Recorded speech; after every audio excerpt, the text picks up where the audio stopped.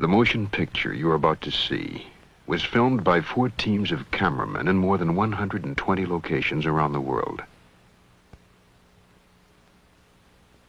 Scientists representing more than 40 museums and research centers took part in the explorations. There are no actors in the film. Every location is real. The facts that will be presented are true. This may be the most startling and controversial film you'll ever see.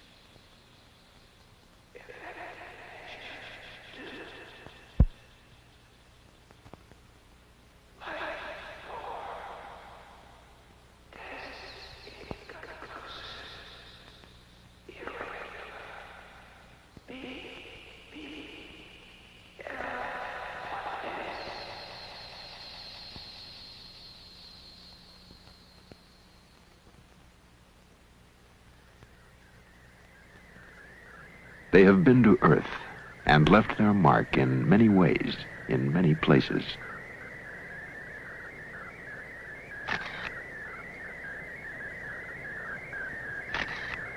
Figures etched on the plain of Nazca tell a story of explorers from outer space.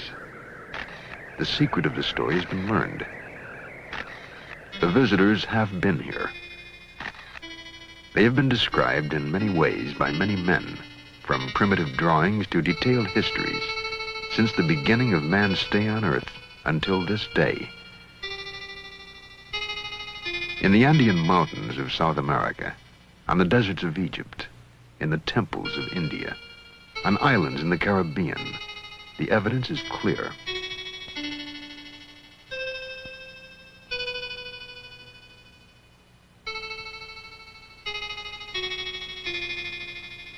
The record of visits dates back more than 500 centuries. The observations of the planet continue even today.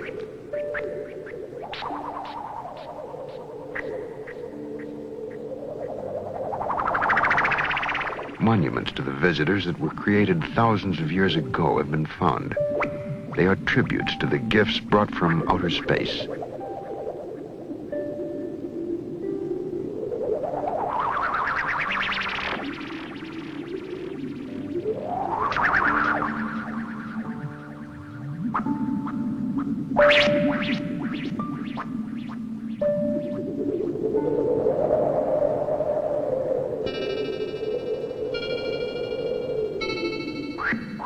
What has been unexplainable can now be explained. The brief glimpses of visitors provide a clue to their purpose and the reason for their coming.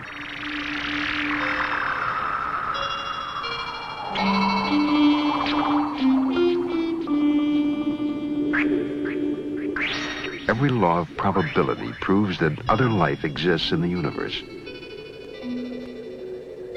It is now possible to understand how life could have been transported to Earth from some distant planet. It is now possible to understand how we are connected to outer space.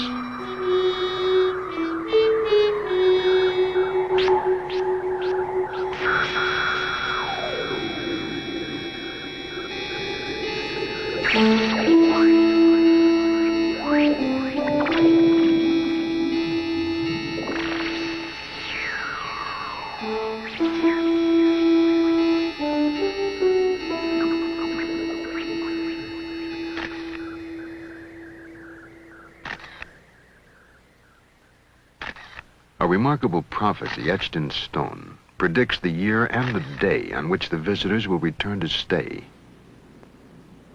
Will we be prepared for the moment that is soon to come?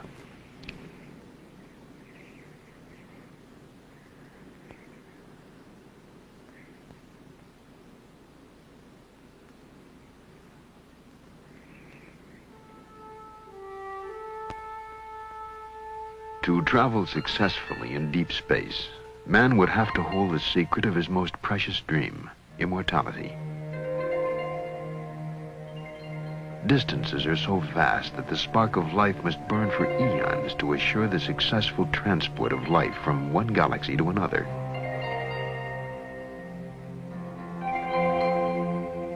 In ancient crypts, it is possible to find suggestions that the secret was known, that a process of sustaining life was once available on Earth. X-rays of mummies, thousands of years old, indicate that they were encased at very young ages. Most were no more than 20 years old.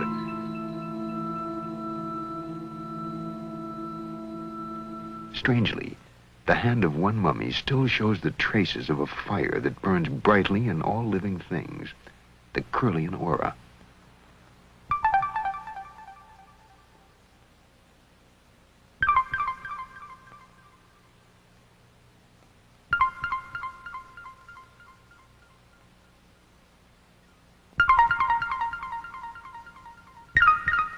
You were witnessing the strange, as yet unexplained event called the Kirlian effect.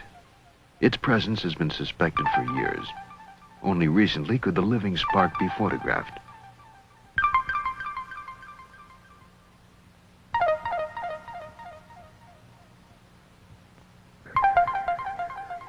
Fingertips and all living things generate a dynamic, constantly changing aura that sometimes sparks and leaps like a flame. How it works is something we simply do not know. At UCLA, Dr. Thelma Moss explores the strange world of Kirlian photography. Let's say that there are about 6 different words that we can describe for this effect, depending on who you are. If you are a conventional physicist, you will call it a corona discharge. And that means it's an electrical emanation caused by the current and the voltage going through the object. Some people who are more inclined to the occult or to the mystical will call it an aura, and they will compare, for example, in famous paintings, whether it's of Buddha or Jesus or Mohammed or anywhere around the world, there are these auras that are circling around the head, and they would like to believe that what we are photographing with this electrical photography is a representation of that, something invisible to the eye, but which exists in and around the body. That's another word. Then if you want to be sort of non-committal, as I prefer to be, I would call it an emanation or some outpouring of an energetic thing. The Russians call this energetic thing by a technical name, bioplasma.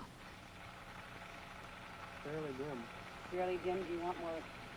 Her laboratory is a sealed, light-proof chamber where the mysterious force can actually be seen.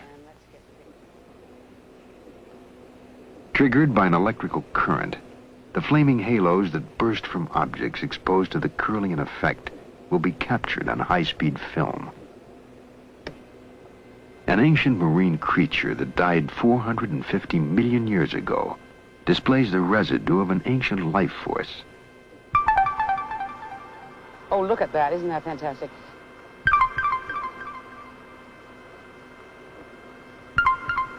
What do you think that was?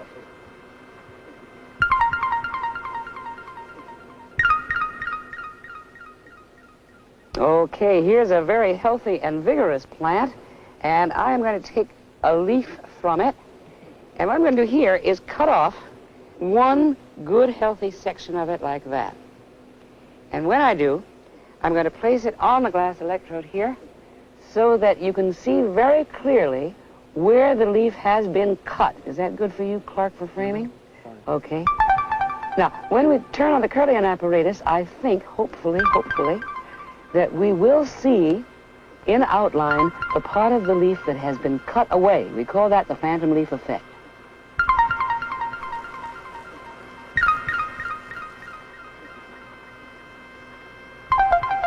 And after a moment, it is there, the aura of the full leaf.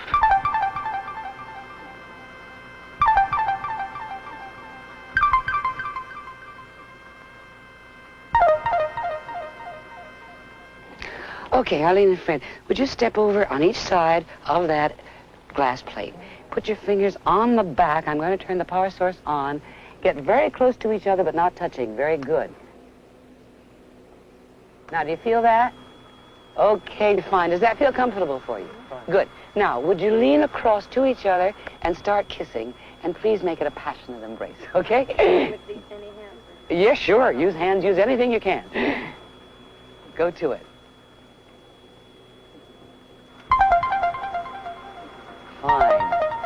I think you can work up a little more enthusiasm. It looks to me as though maybe Arlene is having a little more fun than Fred. Can you get more into it, Fred?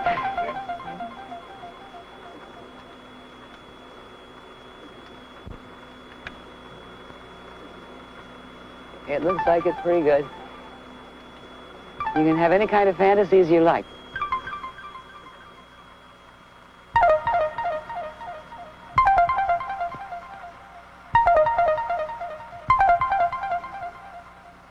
The life force responds to an emotional experience. Okay, that looks just fine. What is it we're looking at in Kirlian photography? And up to this moment in time, nobody knows. Whatever is seen in Kirlian is seemingly immortal and possibly universal.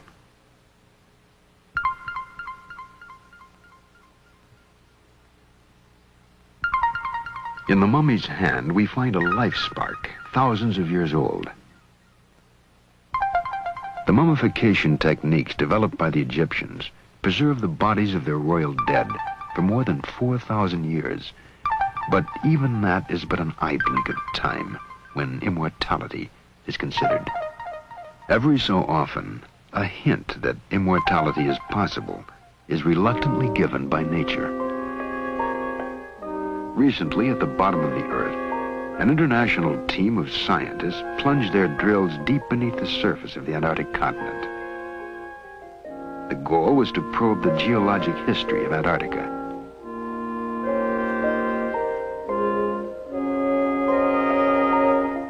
"420 feet beneath the surface of McMurdo Station, Dr. Roy Cameron touched immortality.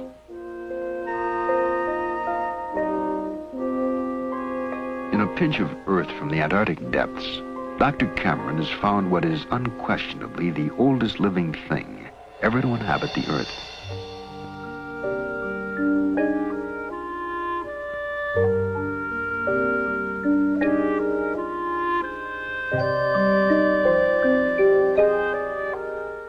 After spending millennia freeze-dried in the cold rocks of Antarctica, a colony of bacteria have reawakened in the warmth of the laboratory.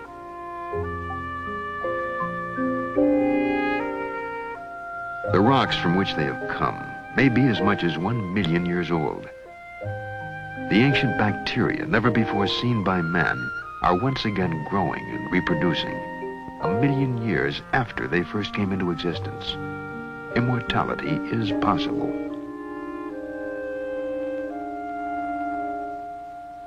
Immortality, or something resembling it, is necessary when we consider the vast distances of space that must be crossed to plant life elsewhere in the cosmos. Somewhere in space there is life, but where?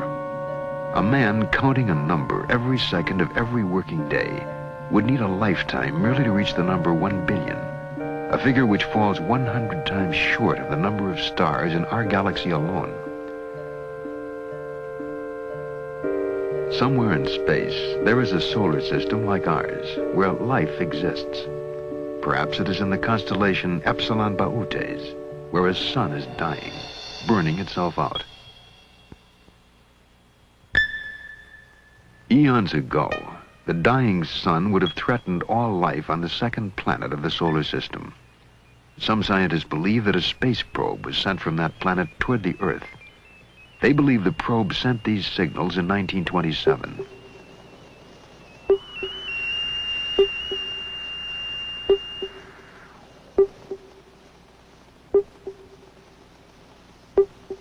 Duncan Lunan of the British Interplanetary Society has interpreted the signals as a message from the space probe, a message from a dying planet in Epsilon Bautes. Duncan Lunan. What occurred to me was that the stars are spaced at random in the sky, therefore the coordinates of a star map, expressed numerically, would be a random series of numbers. There are 7 dots in the barrier, and there are 6 dots on the right-hand side here. And they have quite a marked resemblance, very marked indeed, to the constellation figure of Boötes, the herdsman. These short lines of intense, rapidly repeated echoes appear to be of the nature of clues, as it were, to the interpretation of the panel. It's like these sort of children's puzzles where you join up the dots and you make a shape, so that you could sort of take it like this. It start here.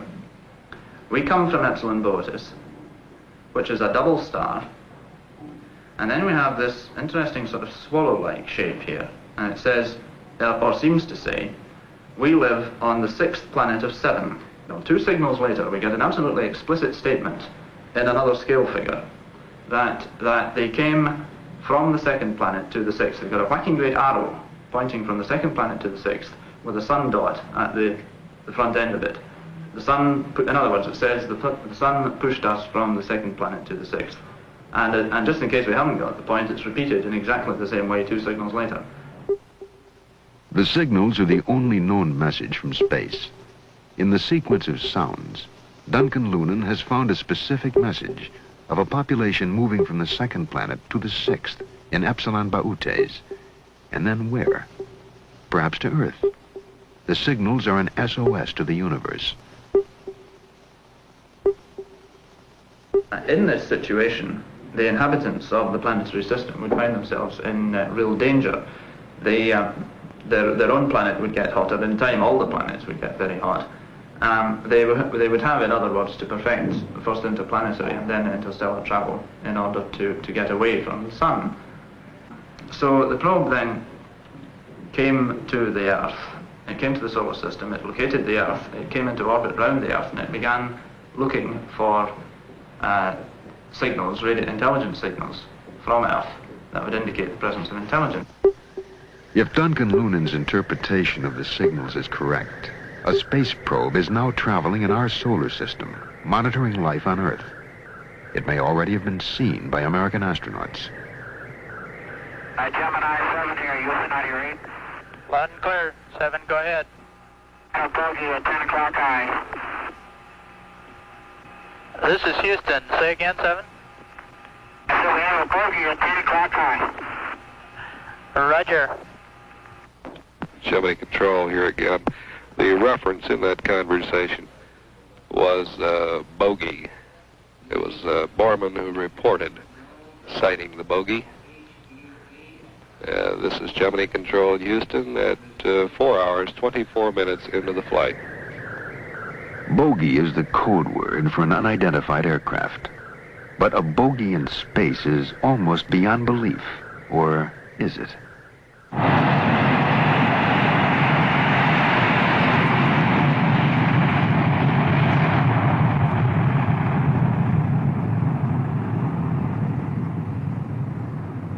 During peak hours, the skies over the United States are filled with as many as 100,000 aircraft. They are watched continuously by the best trained, most skilled radar operators in all the world. To them, UFOs are a daily occurrence. NORAD, the North American Defense Command, for example, reports 800 UFOs on radar every month. Most, of course, are eventually explained, but not all. Almost 400 sightings are still carried on the books as unidentified flying objects.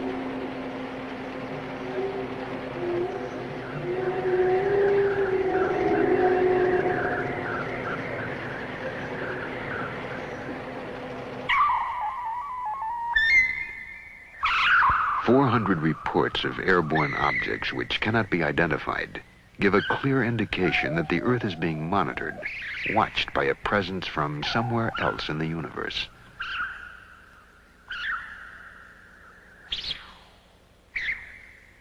To an incoming space probe, the solar system is unknown territory that must be charted and searched for evidence of life.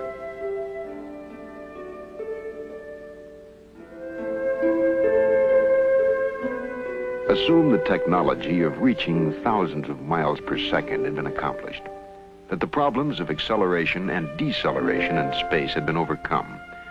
A probe would then enter the solar system from its most distant point, past Pluto, 3 billion miles from the sun, and lacking atmosphere, past Neptune and Uranus, too heavily laden with hydrogen and methane to support life. To ring Saturn, awesome, beautiful, protected by a band of asteroids, but with an atmosphere of helium, hydrogen, methane, and ammonia. Verdict, no life.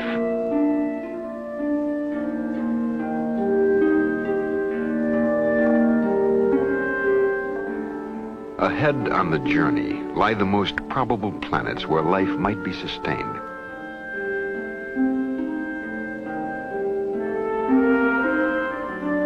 Banded Jupiter.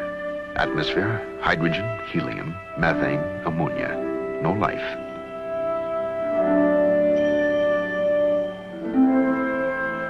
Mars. Distance from Sun, 142 million miles. Diameter 4,200 miles. Atmosphere, carbon dioxide, carbon monoxide, argon. Probable life. Mars. Life potential close-up survey. Planetary atmosphere thin. Water present in small quantities. All life forms designated primitive. Existence marginal.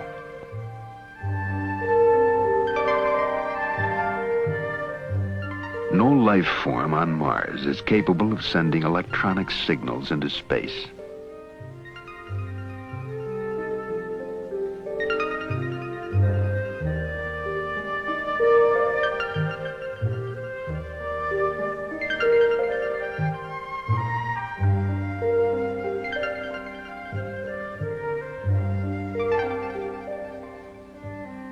No, if there is intelligent life in this system, it must be on the third planet, the blue world called Earth.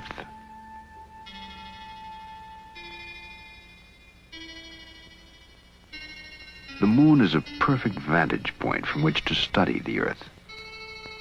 Only 250,000 miles away, the explorers could keep a close watch on the blue planet.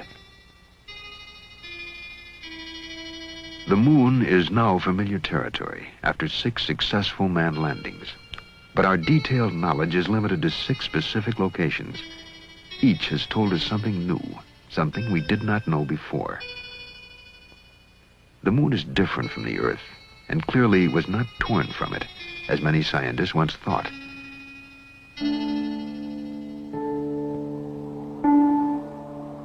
We have found minerals in abundance on the moon, minerals that are extremely rare on Earth, yet they are vital to successful space voyages.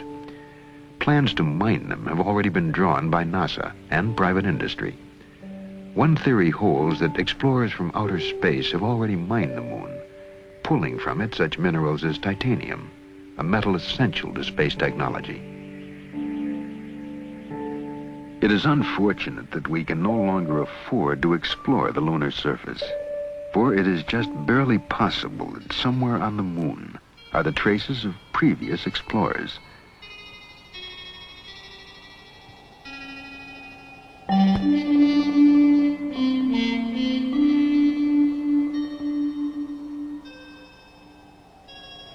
If travelers from outer space were seeking an exploitable planet in our solar system, the moon would become the jumping-off point for their explorations.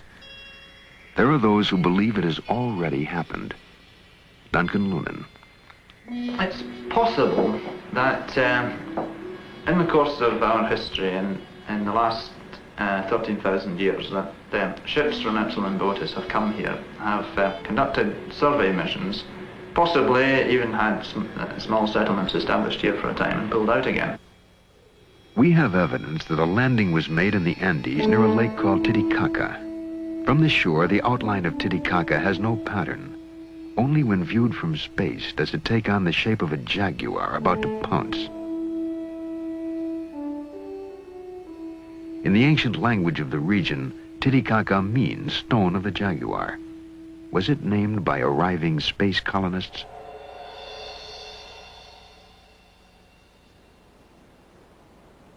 An arid mesa called the Altiplano fringes Lake Titicaca. On the barren, wind-swept plain, the air is thin and corn does not grow. It is a harsh environment, yet there is reason to believe that here, long ago, Earth Base 1 was established. Earth Base 1, a starting point on a new world, a place to practice such advanced technologies as planetary and biological engineering. Most of the traces of Earth Base 1 have been obliterated. The Inca who dominated this part of the world erased the histories of the regions they conquered. But in the mounds, rubble, and broken walls of an Andean plain lie the ruins of a once great city. Called Tiwanaku, it stands mysterious and unexpected at 13,000 feet above sea level. It might have housed the most advanced civilization of ancient times. Long before the Inca arrival, Tiwanaku was a reality. And the question arises, how much did the Inca take away in plunder, and how much in technology? The Inca did not build Tiwanaku, nor did the ancestors of Indians who now live on this desolate mountain plain. Despite years of study and analysis, scientists are still unable to date these ruins. Estimates of its age range from 1,200 to 15,000 years old. But 15,000 years ago, man was still using flint tools and had not yet developed agriculture. The monolith tells its own story of Earth Base 1. In 1927, the carvings were interpreted as an account of the Earth's original capture of the moon. The theory was dismissed as nonsense. But at the close of the Apollo program, there has emerged a similar theory that the moon has wandered through our solar system, only to be captured by the Earth.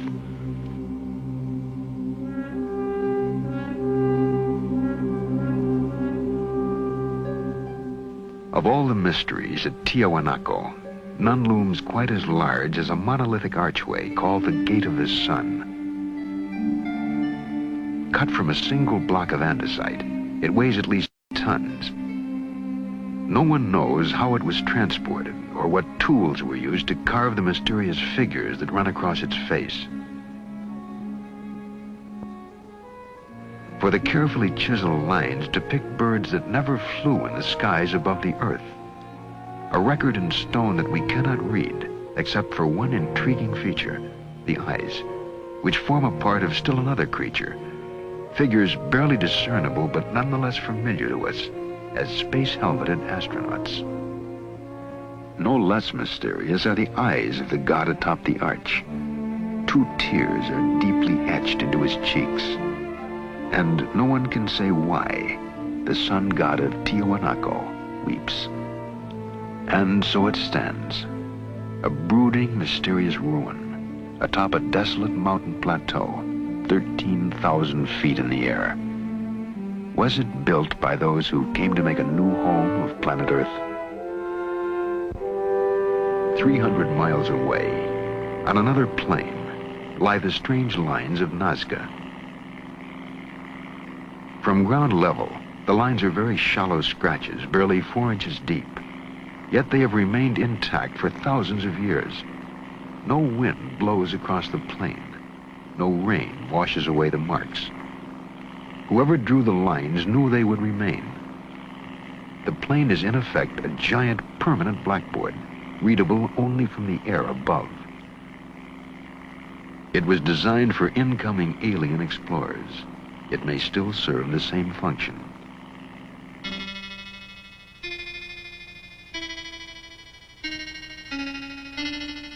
April 15th, 1966. A television cameraman filming a commercial in a helicopter saw and filmed something that has still not been explained.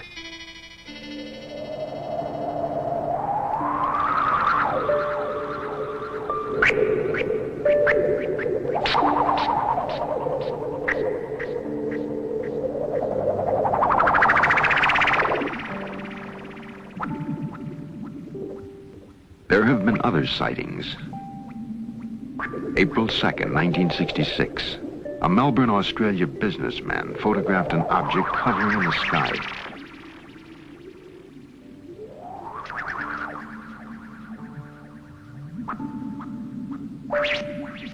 April 18th, 1965. A small metallic object buzzed the ground south of Albuquerque, New Mexico.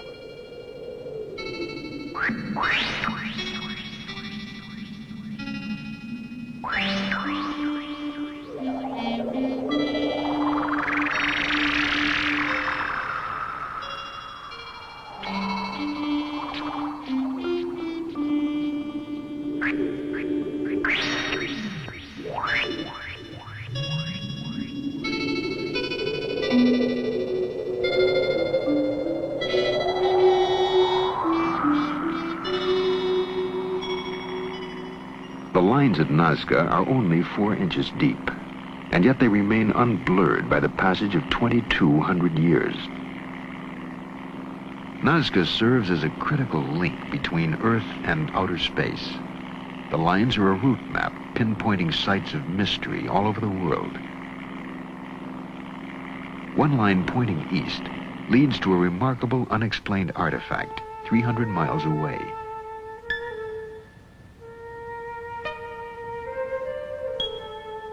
Someone built Sacsayhuaman, a megalithic fortress in the Andes. Who and why is a mystery.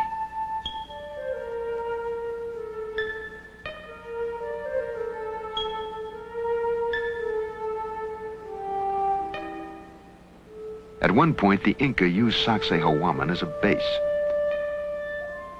According to legend, Inca kings thrust their fists into the depths of the snake chiseled into the stone. From it, they received a special power. A compass needle thrust into that same snakehead will spin wildly, for the stone is heavily magnetized. How did the Inca, who knew nothing of the forces of electromagnetism, select this one stone of all the thousands of others that composed their fortress as the magic stone of the snake? We do not know, but one thing is certain. With that special power, their empire spread from the Pacific coast to the Amazon jungle.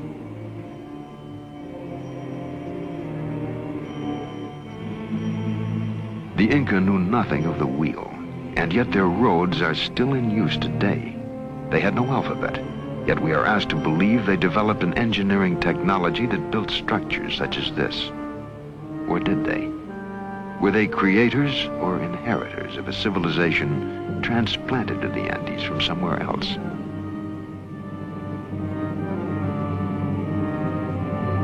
Sacsayhuaman is built of enormous blocks of stone, cut and beveled to fit together with micrometer accuracy.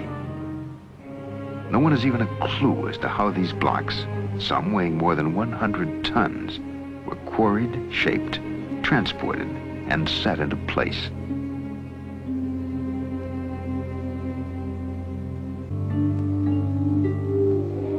35 feet underwater and 1,000 yards off the northern shore of the island of Bimini in the Caribbean, there is another wall.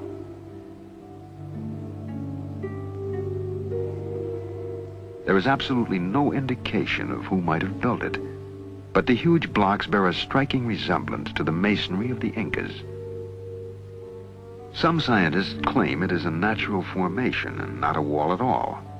But if ocean currents cut the stones in the sea bottom, did they also cut them at right angles to each other? The Bimini Wall is but one of many mysteries in the Caribbean region, known as the Bermuda Triangle. Here, ships and planes vanish under circumstances that defy all logical explanation.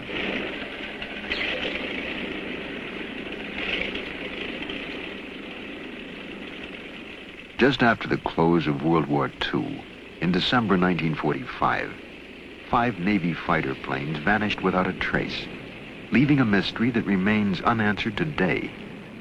Their disappearance has been the subject of a 25-year investigation by magazine reporter Art Ford. Well, a routine naval air patrol took off from the Fort Lauderdale Naval Air Station. 5 planes 14 crew members, 5 different radios. After the planes were in the air a few hours, they vanished. 5 radios did not give a coherent reason why they vanished. The men were never seen again. No wreckage of the planes was ever found. There was no radio contact after they were lost. A search plane went up after them with 13 men aboard, with every bit of equipment necessary to find them. It vanished within 7 minutes.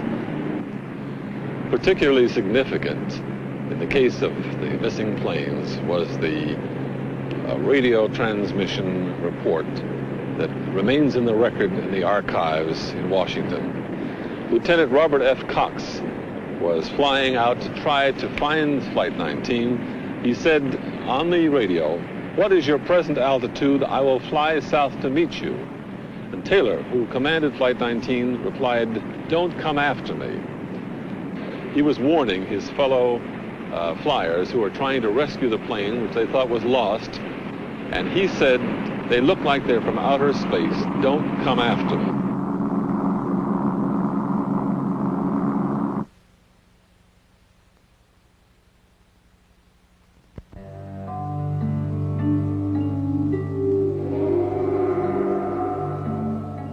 On March 5th, 1918, the USS Cyclops entered the Bermuda Triangle. A coal-carrying cargo ship, she had a crew of 309 officers and men. The British liner Vestris reported that she'd heard a radio signal from the Cyclops, indicating weather fair and clear.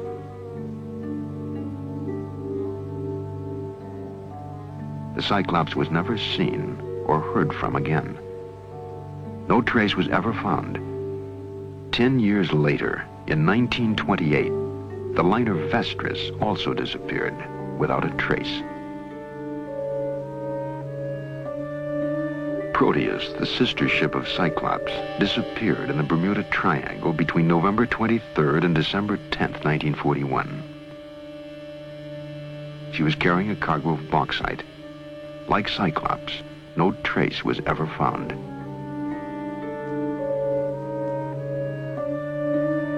January 8th, 1962, an Air Force KB-50 air tanker disappeared in clear weather.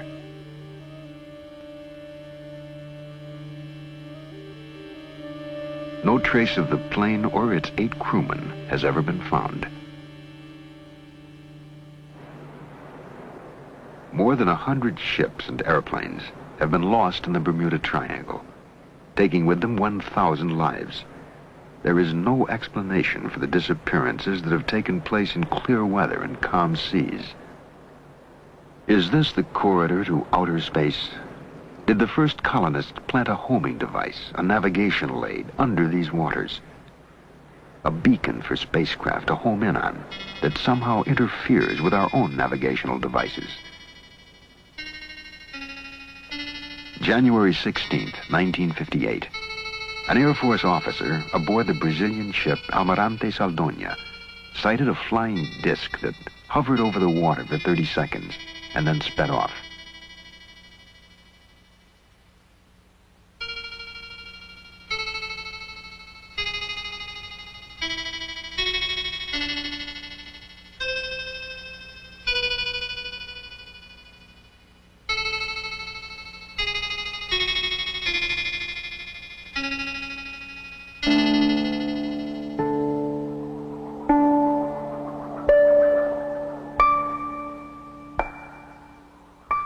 January 13th, 1967.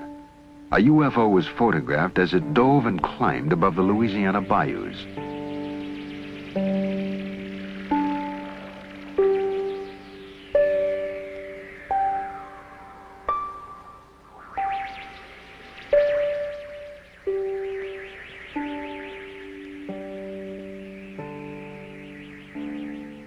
Were these and other UFOs homing in on the Triangle Beacon? Is this a marker signaling arrival at the mysterious Tropic of Cancer?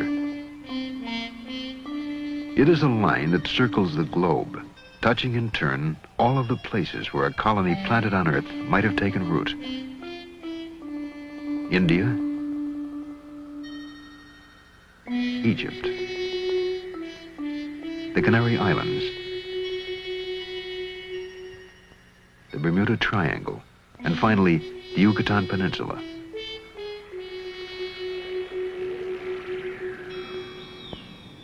The deep jungles of Central America make an ideal hiding place for a colony cut off from its home planet.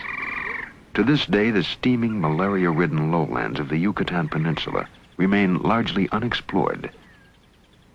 Yet this is the home of the most mysterious people on Earth, the Mayans.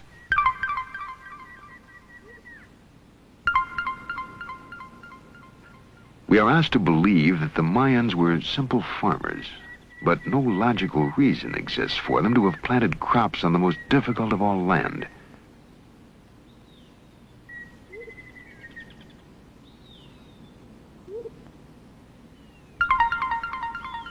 No, the Mayans came here not to farm, but to hide. No records tell where they come from. No evidence explains where they have gone. Only citadels like Uxmal stand to remind us of a people markedly different from any other race on Earth. A brilliant civilization grew and flourished in absolute isolation, seeming fearful of contact with other people on Earth. Priests were the repository of all Mayan knowledge. They alone possessed a secret language, distinct from that used by the rest of the people, a language they brought from somewhere else and jealously preserved. There are many other indications that they are not of the Earth. We know of their advancements. They developed mathematics to a high art. They invented the figure 0.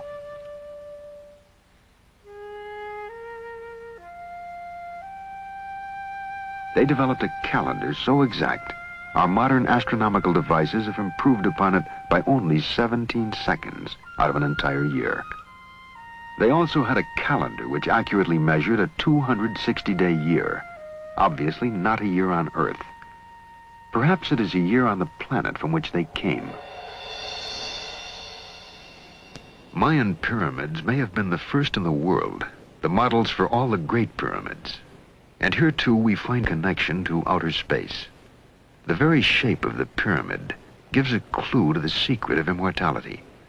An enterprising young physicist, Dr. Patrick Flanagan, interprets the link. Strange things that happen inside the pyramid, but no one was able to pinpoint what these forces were. And my research for the last 3 years has been on pinpointing these forces and discovering what the effect is. I've discovered that the pyramid is sort of a cosmic greenhouse.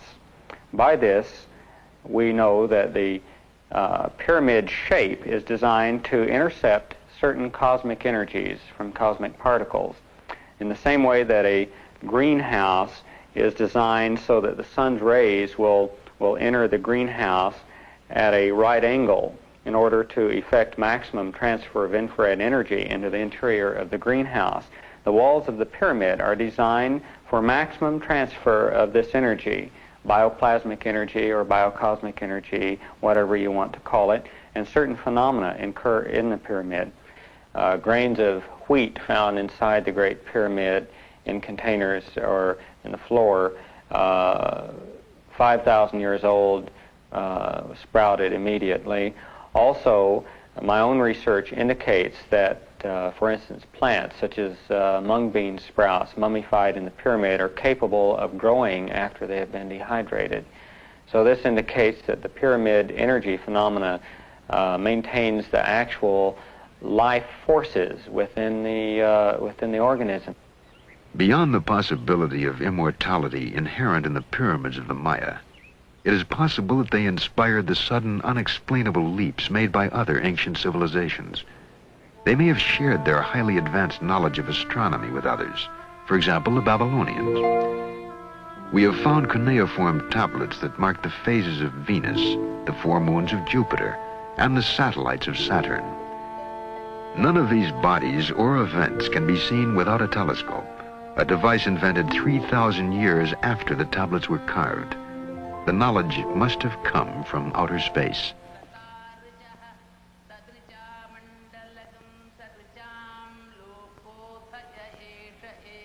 Throughout the world, there are references to interplanetary travel.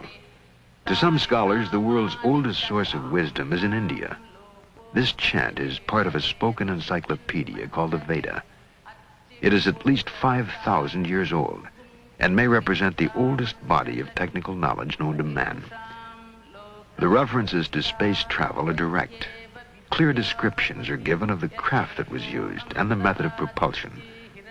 The Veda, committed to paper 400 years ago, is still the target of intensive research by scholars such as Padmasri Sivaramamurthy, the director of the National Museum of India. In ancient India, as all over the world, they had a desire to travel in the sky. We have the aerial car of the god of light Surya mentioned in the Rig Veda itself. We have also the Pushpaka Vimana, the wonderful aeroplane that could carry any number mentioned in the Ramayana. A real aerial car managed by an engine. The rishis could transport themselves to any planet that they wanted because of their siddhi. A force known as Siddhi might also have been called pyramid energy. Using this force, the ancients could transport themselves anywhere on Earth, into the skies, and finally to other planets. And did the Mayans use it to link together their cities? If the tales and images of space travel were limited to India, they could be dismissed as the product of overworked imaginations. But how then could we account for primitive drawings in the rocks of Indio County, California?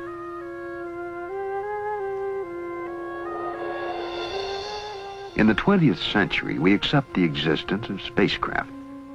What event could possibly have inspired this 14,000-year-old drawing of a spaceship landing on the Earth? On a rocky plain in the Andes called Toro Muerto, hundreds of petroglyphs depict the same scene.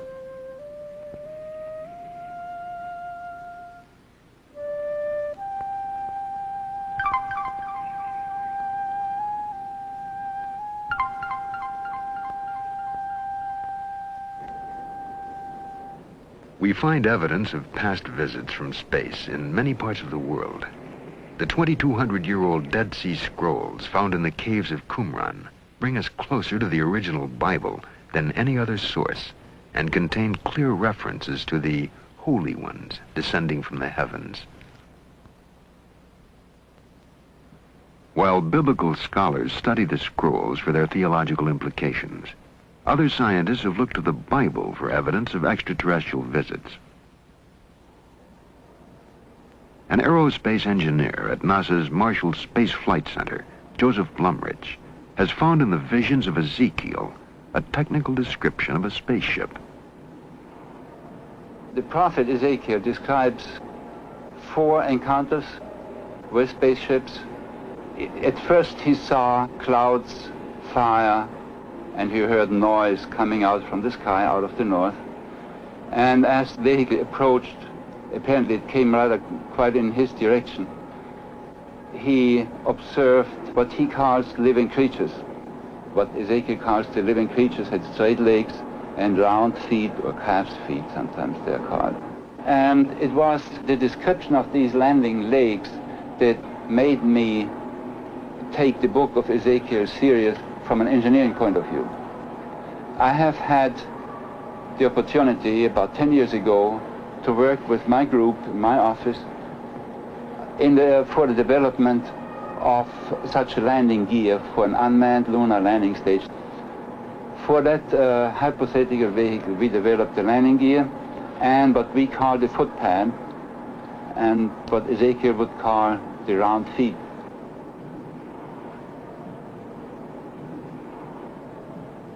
Translating Ezekiel into engineering terms, Mr. Blumrich had these artist sketches made of a landing vehicle supported by 4 helicopter units. One of the interesting examples of Ezekiel's ability to observe and to describe are the faces he sees on these living creatures. What they actually are is quite interesting. Some helicopters, and particularly in this case this one, needs protection, just some hood around to protect them against dust or weather and so on. They may have the distinct appearance of faces.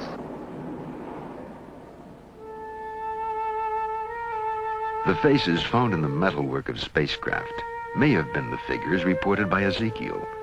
The biblical tale is hardly an isolated example. Are ancient figures with spacesuit-like costumes the record of beings actually encountered? And where do the Indians of Colombia find models for these golden helmeted figures sculpted more than 1,000 years ago?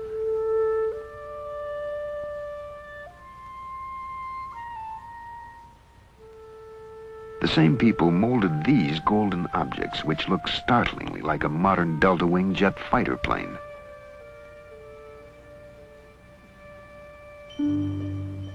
Could flight have played a role in the construction of this rocky fortress in Peru? Called Ollantaytambo, it spans a pass through the mountains that link the jungle with the sea. The Inca builders were accomplished stonemasons who built a chain of fortresses across the Andes. But nowhere is there an explanation for the technology used to carry enormous pink slabs, each one more than 60 tons, from this mountain where they were quarried, and then 10,000 feet up the face of Ollantaytambo. What else but flight could account for raising the stones to the mountaintop?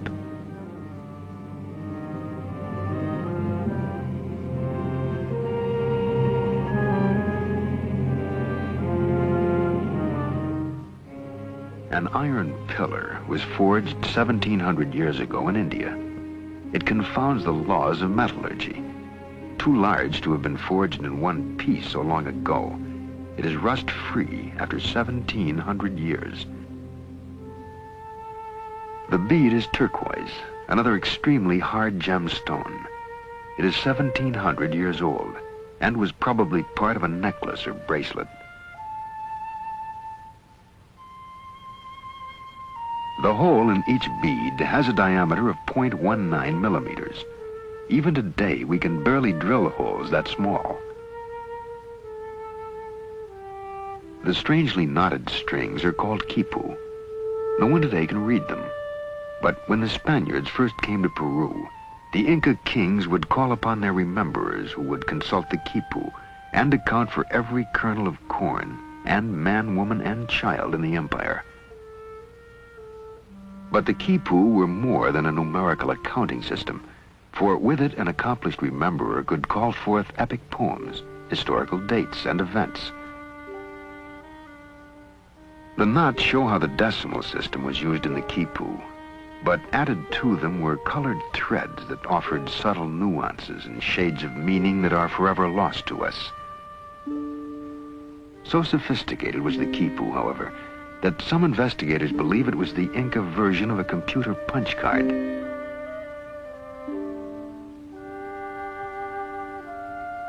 An enormous crystal was placed in a Mochica grave more than 1,500 years ago. It is among the hardest of all minerals, yet it was cut, polished, and shaped by a technology that theoretically could not have existed at that time.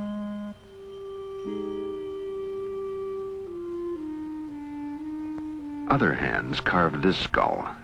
The British Museum calls it 15th century Aztec. But why would the Aztecs, who never created naturalistic art, suddenly render in crystal a skull? It is possible that the Mayan jungle strongholds provided the knowledge that advanced the civilization of all of the people on Earth. No matter where we look, we find evidence of their influence.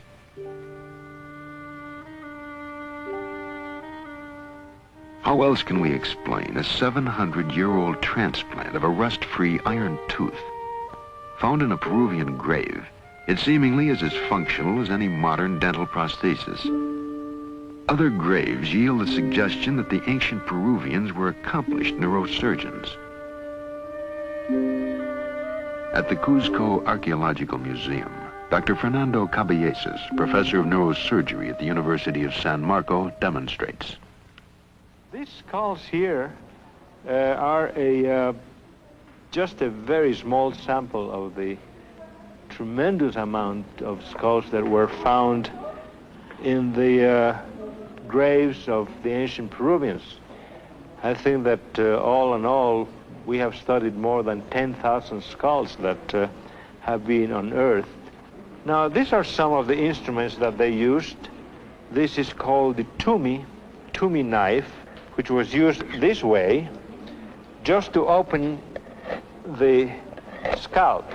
This cannot be used in the bone.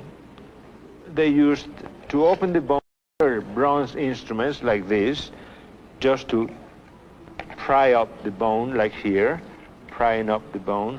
There are some other odd instruments like this, just to make these indentations. And there are at least two dozen different other instruments that were used also. This one here is a very interesting specimen. It shows a very persistent surgeon. You find here that this man suffered 4 operations, and he survived every one of them. Either it was a very sick man or a very persistent individual who operated on them. But he was a very good technician, because after all, these areas, especially these 2 openings, are right over very, very dangerous sites that even right now, with all the techniques that we use now, we would just be very much afraid of operating in these sites. And this man really survived these operations. In Calca, near here, near Cusco, where about, I would say, 85% of these skulls show healed trephanations. 85% of survivals from skull operations is a pretty good and excellent result. At the Yerkes Regional Primate Center, scientists implant monkeys with electrodes. The experiment stimulates the brain with radio waves and thereby controls behavior. Are today's scientists seeking knowledge already gained by similar experiments performed centuries ago?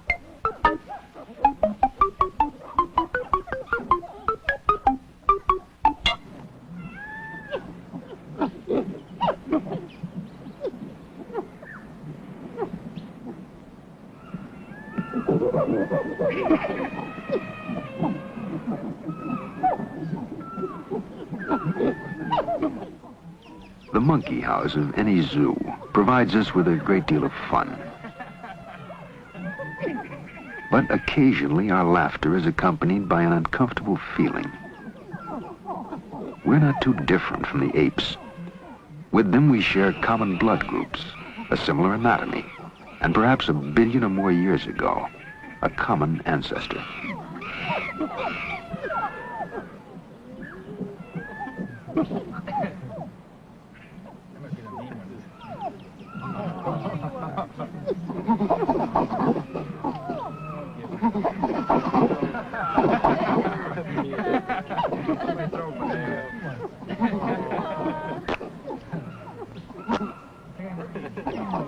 Over here. Throw it here. Come here, monkey. Over this way. There you go. Throw it here. Throw it here. Hey, over this way. Come on. Sometime in the distant past, the links between man and ape were snapped by an event that forever changed the course of our evolution. But no one knows exactly what took place.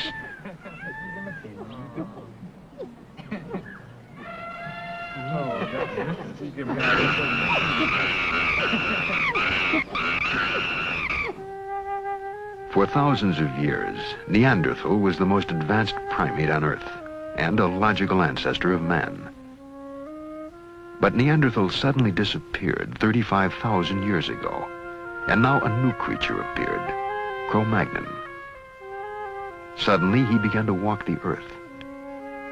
We are his descendants, and it is possible that he arrived from outer space.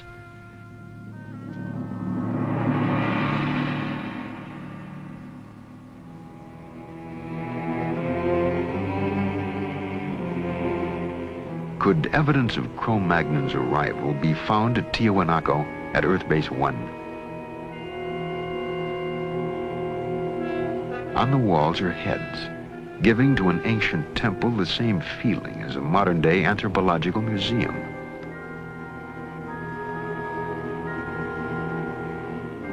The faces show a bewildering variety of shapes and expressions. Some are familiar, others alien, a range that covers the racial spectrum of man. Are these, then, experimental designs for man?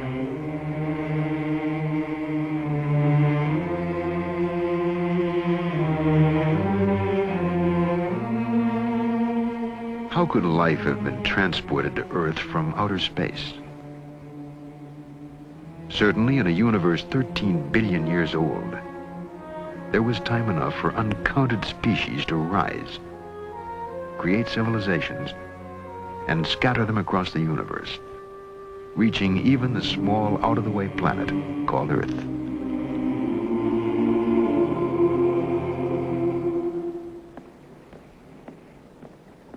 Dr. Leslie Orgel is a biologist at the Salk Institute in California. He and Nobel Prize winner Sir Francis Crick developed the theory of directed panspermia, the idea that life on Earth was sent here by a superior civilization. Dr. Orgel. In the 19th century, there were two theories about how life could have got to the Earth from outside. One theory, which was due to Lord Kelvin in England, said that life arrived as a spore carried on a meteorite. And the other theory, which was popularized by Arrhenius in Sweden, suggested that a spore could have been blown directly from a planet on another solar system all the way to the Earth. Now, in the last 10 or 20 years, it's become more and more clear that these theories just won't work, that a spore coming from outer space would be destroyed by radiation long before it got here, and a meteorite probably could never escape from another solar system. Now, directed panspermia is a sort of last attempt to resurrect the theory that life could have come here from elsewhere, and the notion is that maybe life was deliberately sent here by a technological society on some other planet, probably in our own galaxy.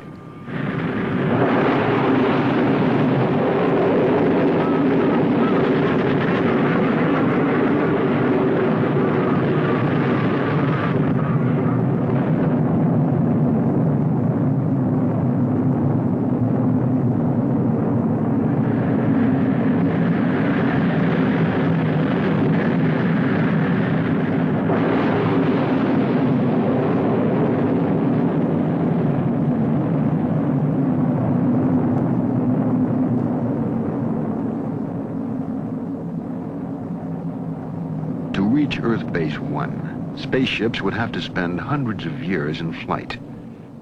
To transport and sustain life over such an extended time, space-traveling civilization would have to ship an entire colony of men across a galaxy in suspended animation. Did it happen in the past?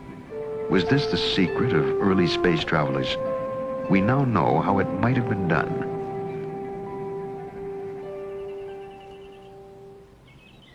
The method is called interspecies embryo transplantation. It was developed here at the Worcester Foundation for Experimental Biology by Dr. M.C. Chang.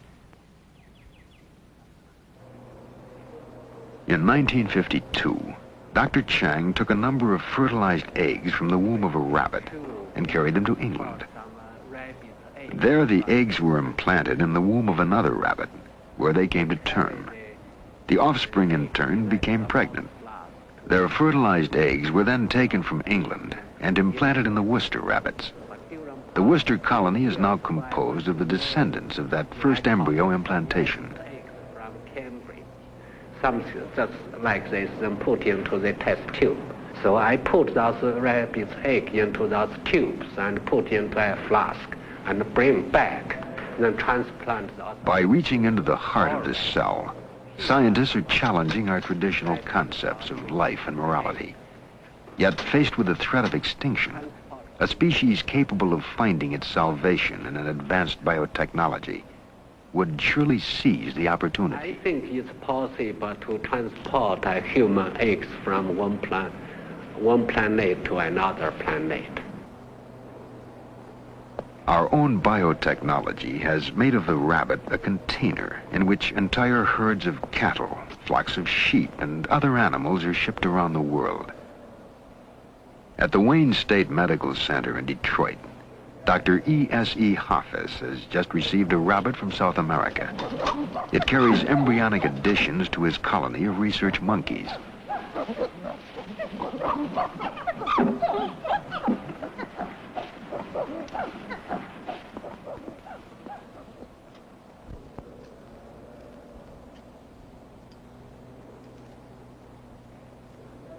The idea of embryo transfer is to obtain large number of embryos from one species and ship them to another part of the world in an easy species like the rabbit.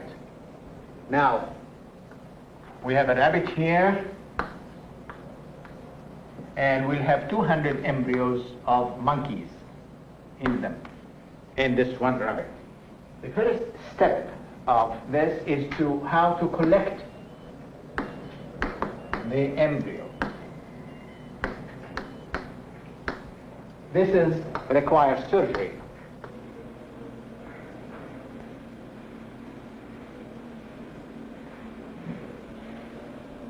It's going in the lumen, which is very good. It's a very good stylet.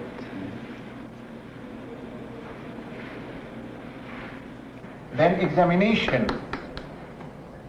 of the embryo under the microscope.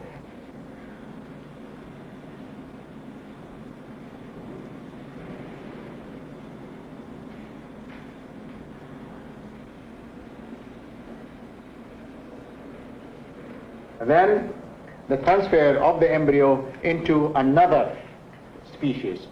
And then we will go to the monkey and transplant the monkey embryos that were put in the rabbit into this monkey. I don't like to put any air bubbles inside at all, so just we'll...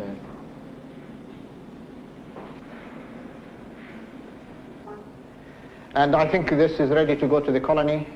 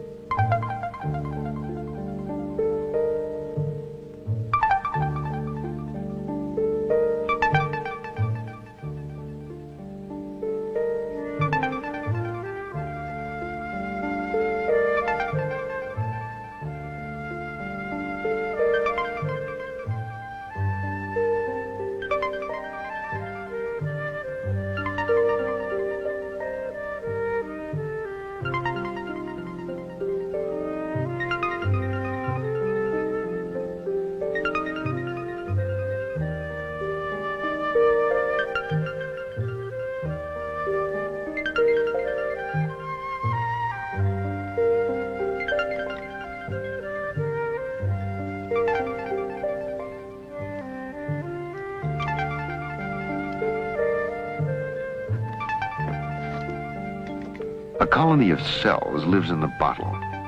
The red fluid in which they float is their food. Tissue cultures such as this have supported colonies of the same cells for more than 50 years.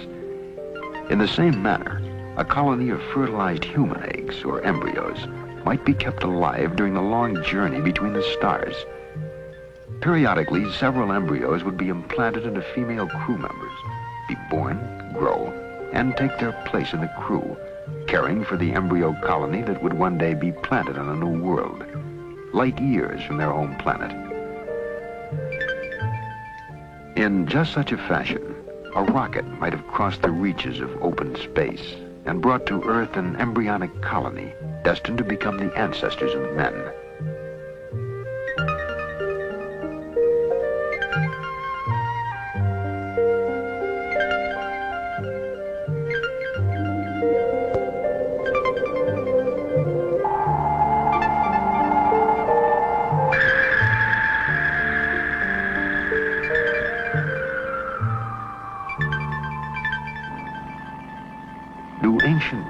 buildings commemorate the arrival of life on Earth.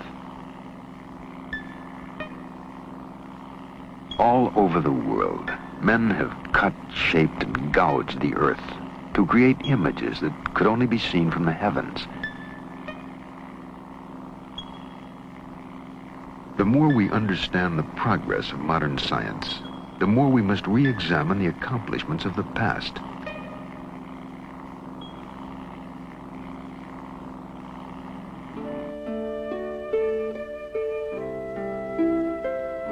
The ancient Egyptians built an incredible complex of temples that were in reality astronomical observatories. The temple of Amun-Ra, the sun god and creator, is aligned so that its axis points directly to the sun at the moment of the midwinter solstice.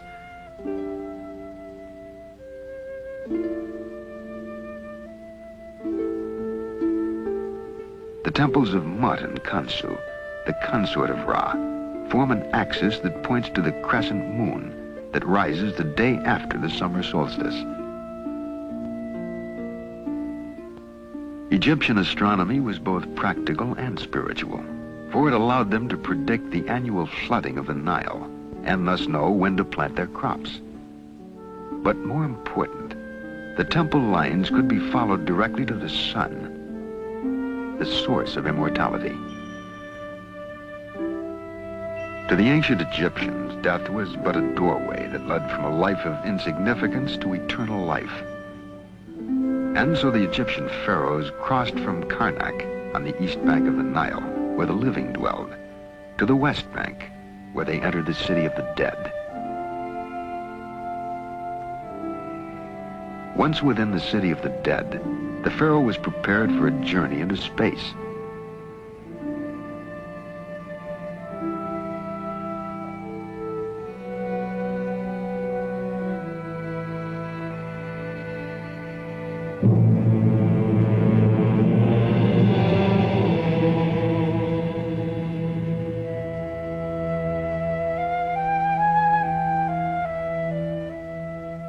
In the light of present-day knowledge, the ancient Egyptian art of mummification seems an echo of modern-day preparations for space travel.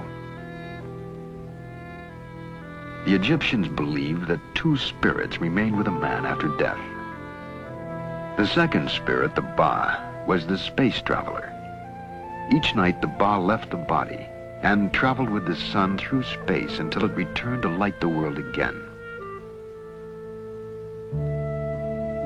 To the ancient Egyptians, the Ka and the Ba were not abstract disembodied ghosts, but real entities, and they required a place in which to dwell for all eternity.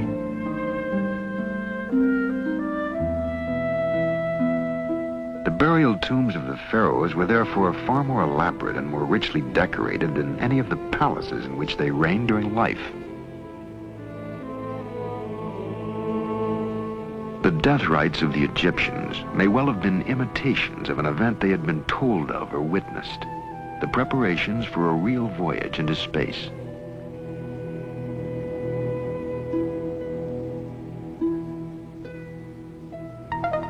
The pyramids were more than mere tombs for the dead. The Great Pyramid of Cheops is an almanac that measures the days of the year, the circumference of the earth, and the distance to the sun. The Egyptian pyramids have been studied by many scientists, but the great breakthroughs have been made by physicist Patrick Flanagan. His studies have shown the peculiar function of the pyramid and its relationship to immortality. It's very possible that the Great Pyramid of Giza was constructed by a race of scientists having far superior knowledge to our own. The fact that the Great Pyramid is level over an area of 14 acres within 1/2 of an inch and is the world's most accurately aligned building to true north, and the fact that it incorporates higher mathematics in its very design, indicate that a superior race designed the Great Pyramid. Now, when we ask why, is there a possibility, for instance, that the Great Pyramid is some kind of space beacon? Well, this may be very possible, that the Great Pyramid is some kind of beacon, homing beacon for spaceships.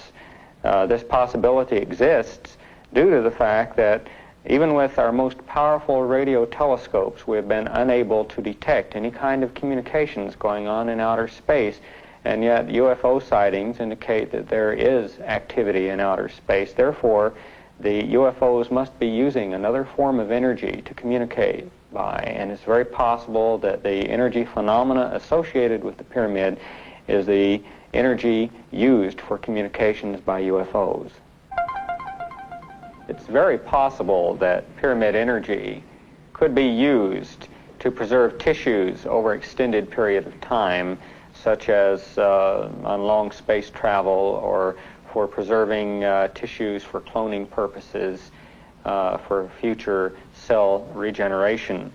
The pyramid's phenomenal ability, or the pyramid energy ability to mummify food so completely with no destruction of the tissue, indicates that it would be a very valuable natural source of preservative energy for cloning purposes, or for preserving anything, any cell structures for an extended period of time.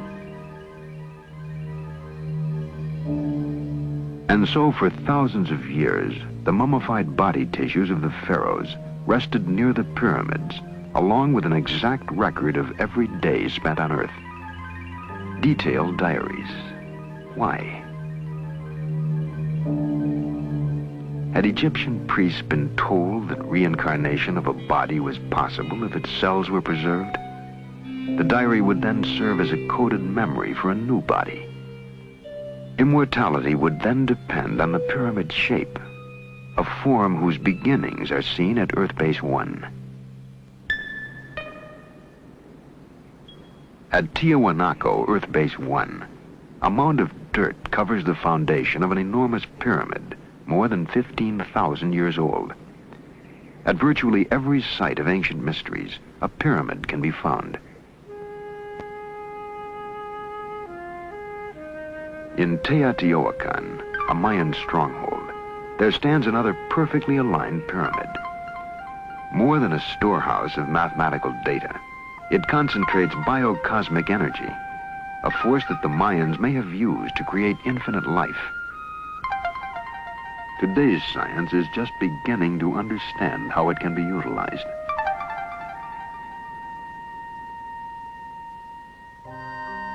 The hope of immortality is contained in a genetic message stored in the nucleus of the cell. When the cell divides, that message, coded in chemical units within the genes, is transmitted to each of the new daughter cells. So long as that message is stored within the cell, it remains alive. And so too does the possibility of immortality.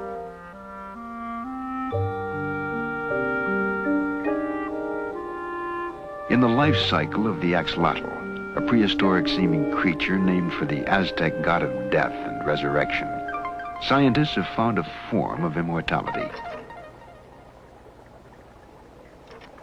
At the University of Indiana, Dr. Janice Brothers uses the cells of one axolotl to create others, exact duplicates that are in every respect identical to the cell donors.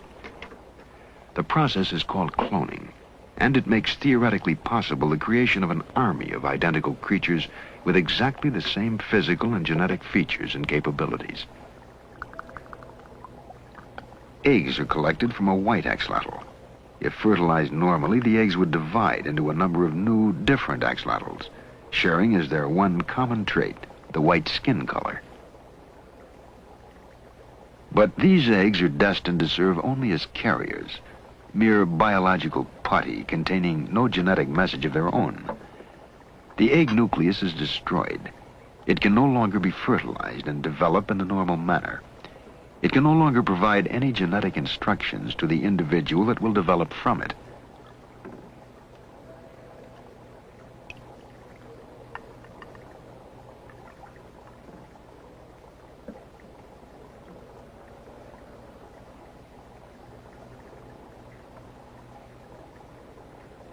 A spotted axolotl embryo becomes the cell donor.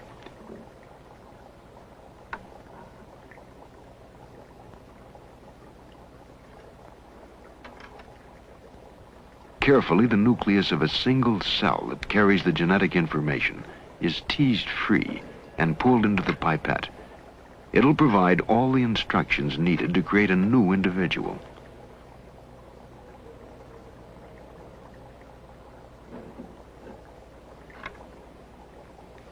The nucleus is inserted into the unfertilized egg. One by one, cells from the same embryo can be implanted in host eggs. The results will be clones, a total replica of the creature from which the cell has been taken.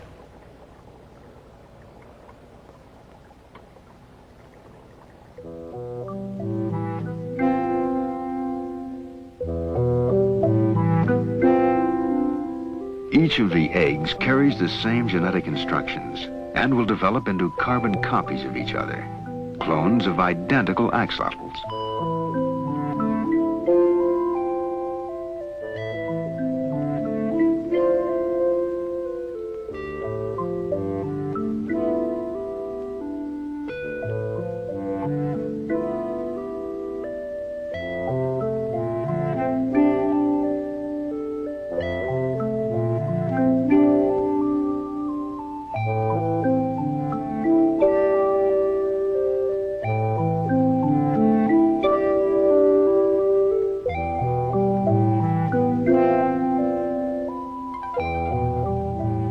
Virgin births have brought forth identical spot-by-spot copies of a single parent, a uniform set of clones.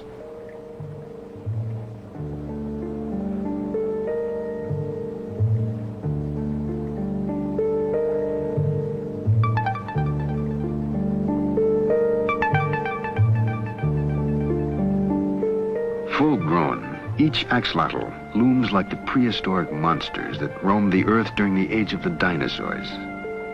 But these creatures are so far removed from that time as to be of another world, for they are clones, exact copies of each other.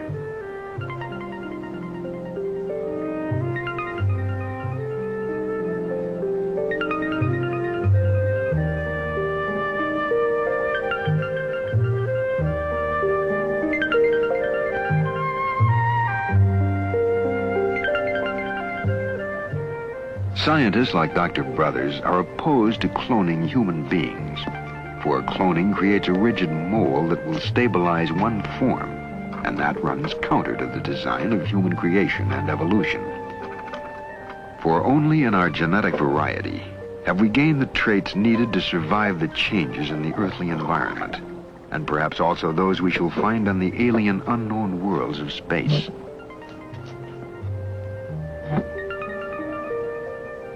The clone is a biological wonder that may one day enable us to reproduce exact copies of animals and plants needed to perform as yet unknown tasks in an uncertain future.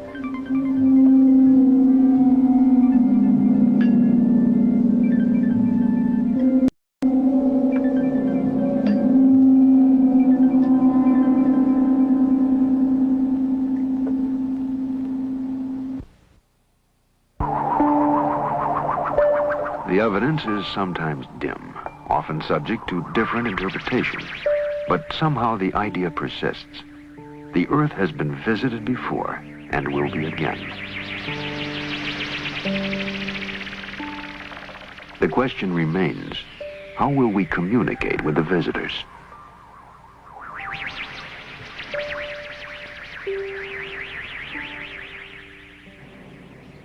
At the Yerkes Primate Center in Atlanta, Georgia, experiments are underway at this very moment to answer that question.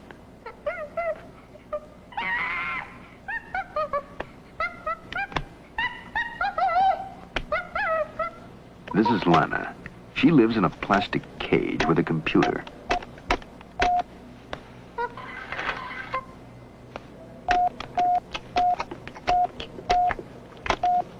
Lana can tell the computer to provide her with food and drink.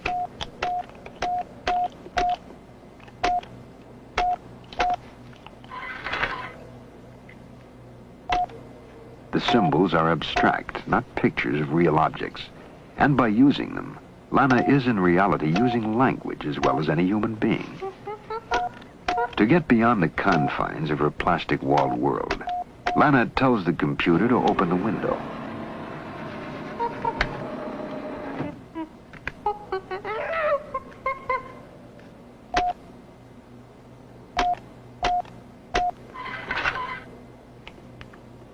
She orders the computer to display motion pictures and slides for her own amusement. But more important, Lana can use the computer to talk to the scientists and technicians at Yerkes. One of Lana's favorite conversation partners is Tim Gill.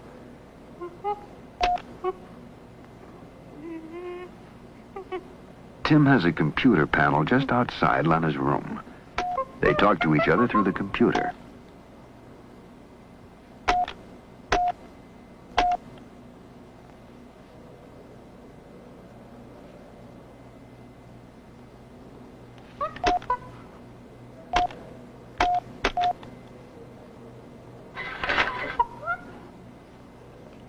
The language they share is not chimp chirping or English, but a language of symbols called Yerkish.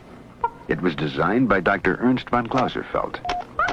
You have a breakdown of it here, a partial breakdown for all the requests that Lana can use. Please is a marker that tells that what is coming is going to be a request. Machine and Tim are two active agents. In the case of machine, there are two activities, giving and making. Giving has a number of objects. One of them would be piece of apple. It could also be piece of banana. If the machine is making something, it can't make a piece of apple. It can't make a piece of banana or an M&M. It can only make a slide, or it can make the window open.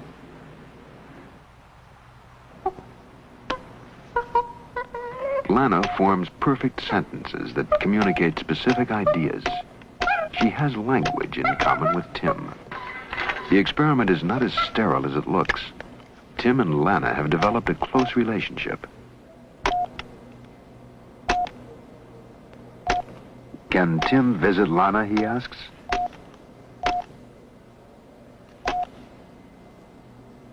Yes.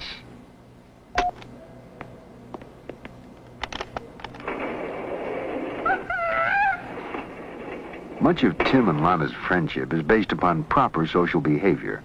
Proper, that is, in chimpanzee society. And so Tim asks, can Tim groom Lana?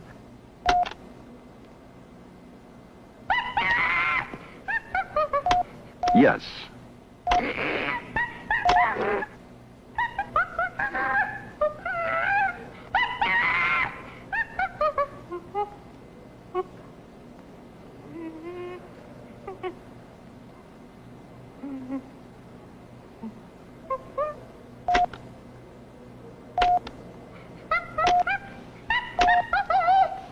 Will Lana groom Tim?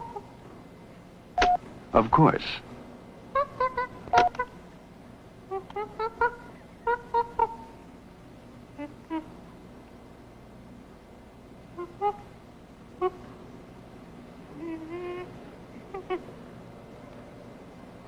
It's not yet Planet of the Apes, but Lana has demonstrated the ability to utilize man's most sophisticated tool, the computer, and his most important intellectual attainment, language. We can learn a great deal from this experiment, for anyone reaching the Earth from the deep recesses of space may occupy about the same position on the intelligence scale relative to us as we do in relation to Lana. But it also means that we have found at least one means of communicating with a totally alien species.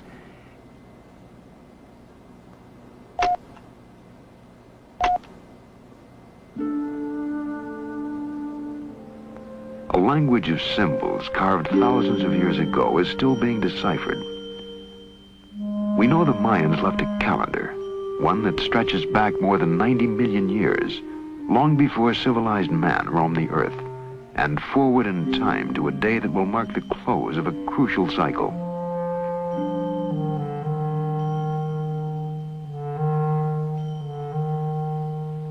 An inscription tells us that the modern period will end December 24th, 2011 AD. We may presume that they were computing the length of a space voyage and marking the exact date of return. They may return to seek the fate of the colony left on Earth. Perhaps at Uxmal they will find answers we have never been able to divine. This was one of the last bastions of Mayan society, and here a carving is found unlike any other in Mayan lore. Clearly a skull and crossed bones. According to legend, it is the death house, and nearby is another structure marked by a procession of turtles, the Mayan symbol for a long life. Did the final experiments at cloning take place here, near the Great Pyramid of Uxmal? December 24th, Christmas Eve, 2011 AD. On that day, they may return to seek the fate of the colony left on Earth. Perhaps they will settle in the jungle of Uxmal, where, according to legend, Mayan priests talk to their god through a black, shiny, glass-like rock, an ancient description of a television receiver. We know now how they transported the colony to Earth and what they might have left behind. We have only to learn why they are coming back.